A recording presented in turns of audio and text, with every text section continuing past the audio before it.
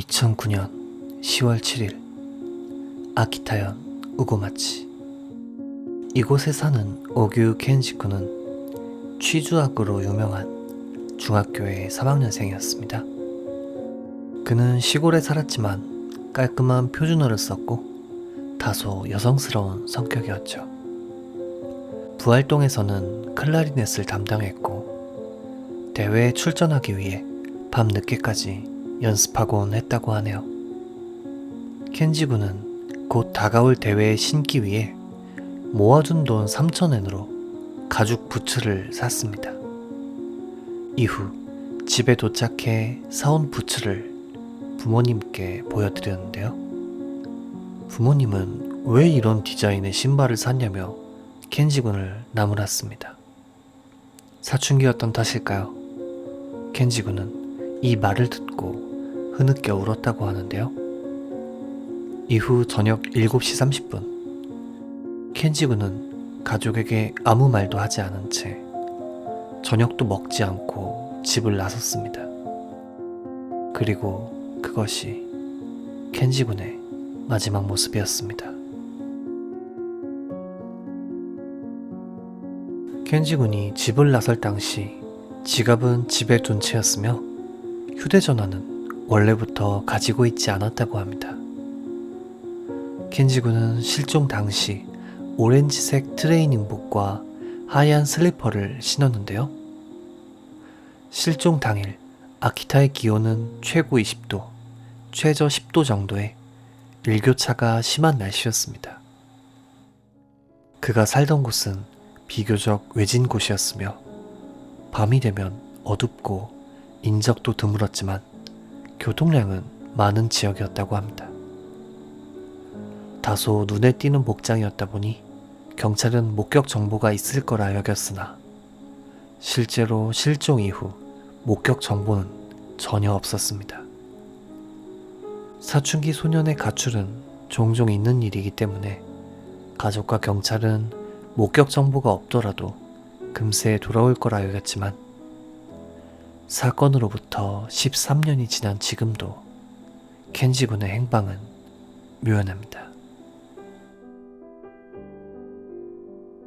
켄지군의 실종에 대해 공개된 정보가 많지 않다 보니 다양한 가설이 존재하는데요.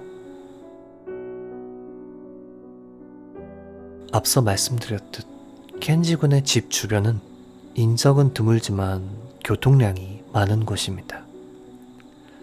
트레이닝복에 슬리퍼 차림에 지갑도 없는 상황이라면 단순히 기분 전환을 위해 바깥으로 나간 것이 아닐까 추정됩니다. 그렇기에 예상되는 것은 다음과 같습니다. 켄지군이 목적 없이 주변을 걷던 도중 우연히 근처를 지나가던 범죄자에게 자동차로 납치된 것이 아닌가 하는 가설입니다. 다소 우연히 겹치는 부분은 있지만 어느 정도 설득력이 있는 가설이죠. 정보에 따르면 켄지군의 집 주변 공원에는 커다란 수초가 가득 떠있는 연못이 3개 정도 있다고 합니다. 정처 없이 걷던 켄지군이 발을 헛디뎌 연못에 빠져 사망한 것이 아닌가 하는 가설입니다. 일본 네티즌은 이중 아르카디아 공원이라는 곳을 주목했는데요. 사진을 보시면 아시다시피 수초가 빽빽하게 자라는 곳이기에 익사했다고 해도 쉽사리 시신이 떠오르지 않거나 떠오른다 해도 수초에 가려져 보이지 않게 된 것은 아닌가 하는 추측입니다. 물론 어디까지나 가설이기에 진위 여부는 알 수 없습니다.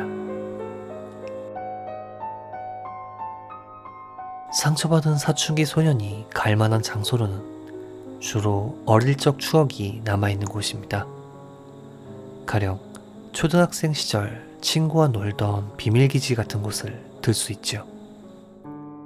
이런 비밀기지는 다소 흐미진 곳에 존재하기에 그곳으로 발걸음을 옮기던 켄지군이 반달 가슴곰을 만난 것이 아니냐 하는 이야기입니다.